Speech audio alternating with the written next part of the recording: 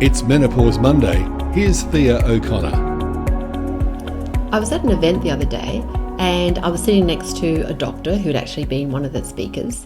We got chatting about my work and she said that, oh yes, menopause is a relatively modern phenomenon because it's only fairly recently that we've had the advances in medicine that have allowed people, to live so much longer.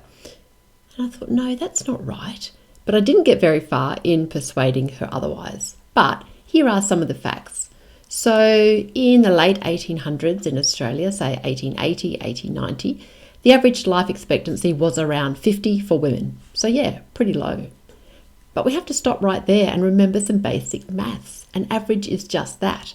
And the reason the average life expectancy was so low was because there was a really high infant mortality rate and also a high mortality rate for little ones under the age of 5. But once you survive childhood, many women in early 20th century Australia lived into their 70s and 80s.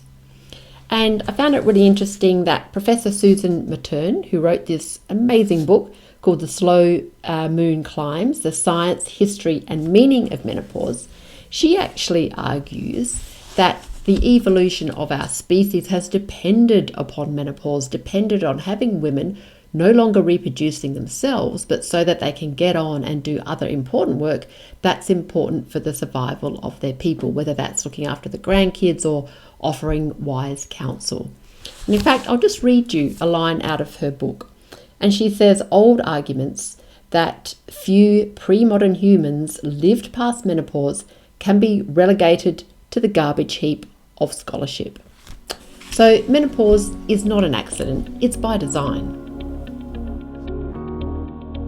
If you'd like to know more, go to menopauseatwork.com.au.